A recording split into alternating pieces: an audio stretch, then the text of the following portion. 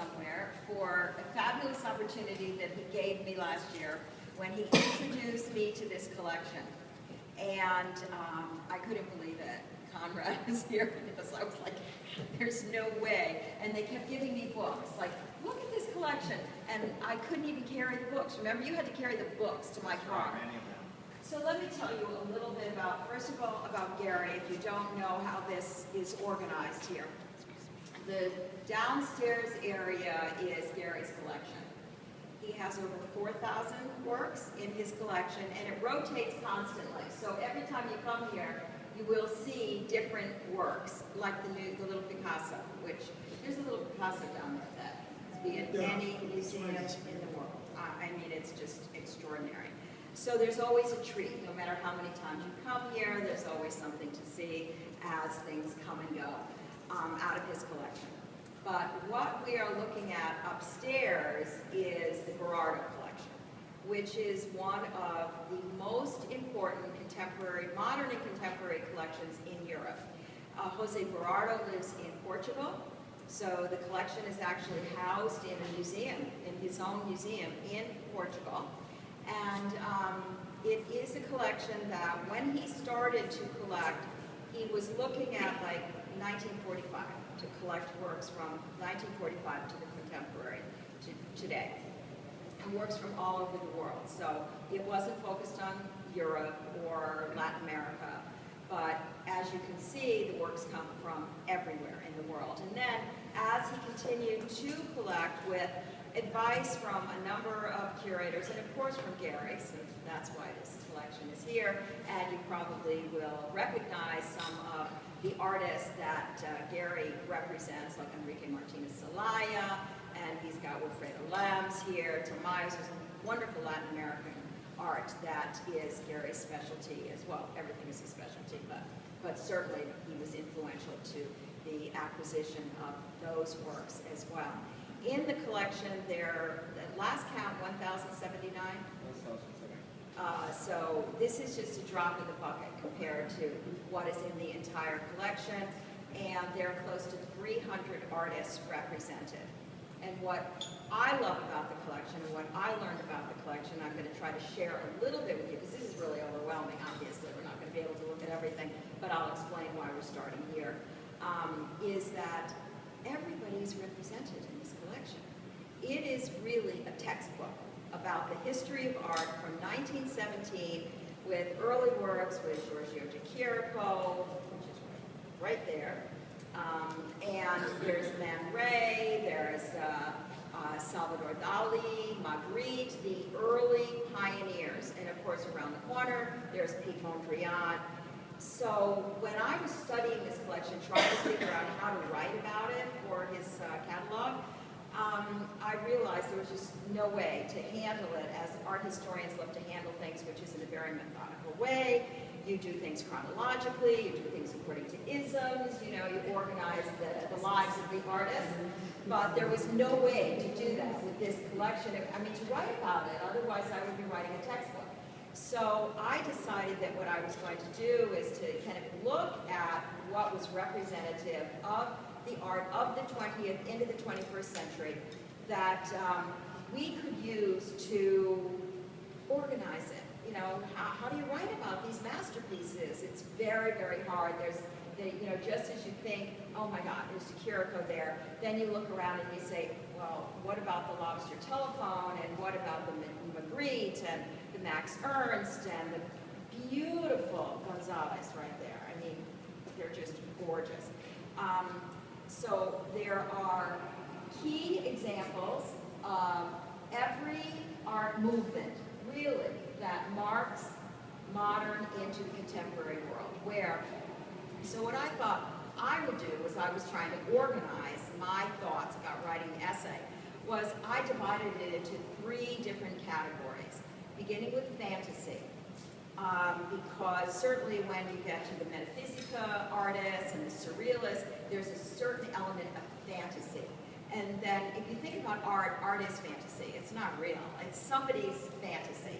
So the idea that there were artists in the beginning of the 20th century who looked to the fantastic, and usually that was interior, that was in their subconscious. They looked inside to try to make sense through visions, through these are very visionary works of art. So I started there. I started to look at the Surrealists, to look at De Chirico, and to look at Dadaism, which is incredibly fantastic. The works of people like Max Ernst and Magritte. And then from there, what I did was I looked at how the Surrealists, the fantasies, emerged to be totally the opposite, and that was with Abstractionism. Because what happens in the early years of the 20th century is art takes like two different roads. It takes two different paths. One path is expressive, fantastic, from the inner mind, and the other is very analytical. So we get cubism out of that, and we get constructivism and Mondrian's, anything abstract that could be strictly non-objective abstraction, like in the work of Mondrian around the corner, where it doesn't relate to an object, or it could be objective abstraction, like Picasso's work, where you can still recognize something. So from the surreal inner mind of the fantastic into the total opposite of abstraction, the roads make their way through the 20th century.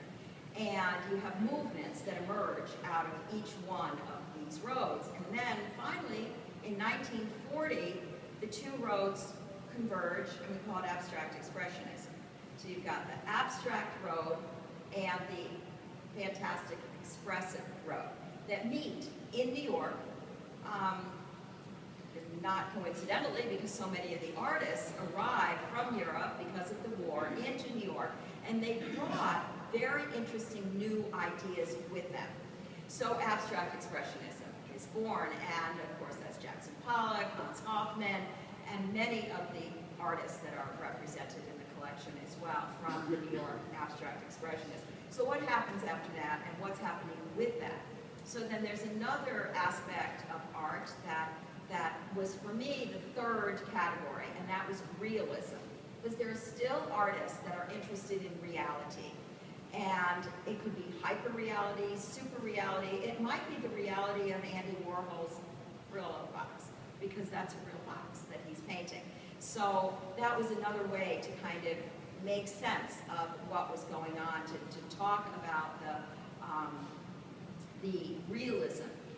And then once we pass 1945 and abstract expressionism and get ourselves all the way to the present day, then we don't know what to do.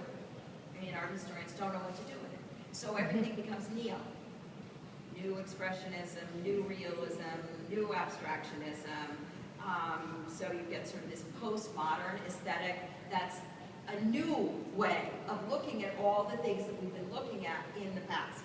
And I think that for Mr. Berardo, what he was trying to do was to tell that story too. To look at the masters of the early period, and we're standing in a room or in an area that certainly defines that, where you can see distortion, you can see fantasy, you can see expressionism. When we talk about expressionism, it's just coming from within. It's a very personal expression of the artist.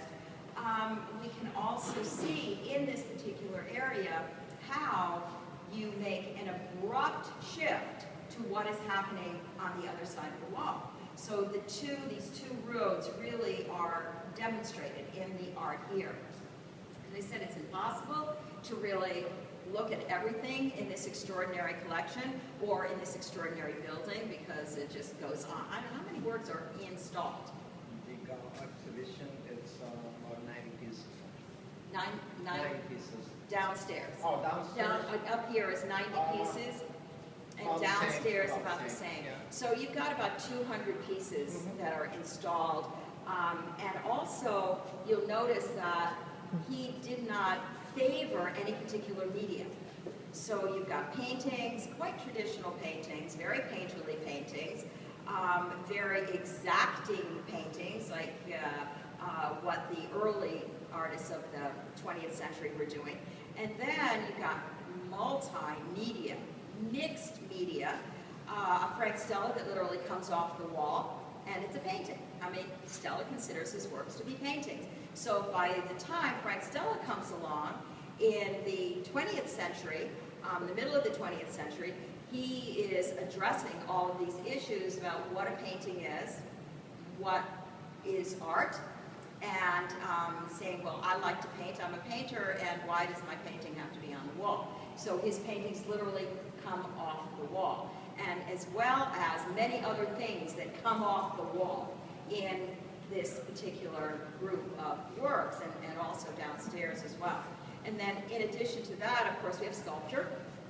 And I think that if this isn't one of the most marvelous things you've ever laid eyes on, I don't know what is, with Salvador Dali's Lobster telephone. And so, you know, this is like the ultimate fantasy and the ultimate surreal, strange object, as only Dali could make an object like that. And then what also will happen, and there's a Man Ray where you've got a little shovel that is, it's a shovel. It's a shovel.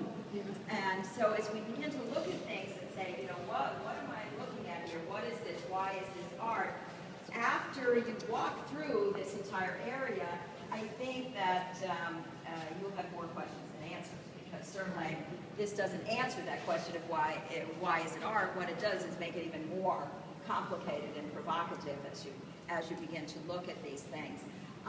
Let's walk this way a little bit.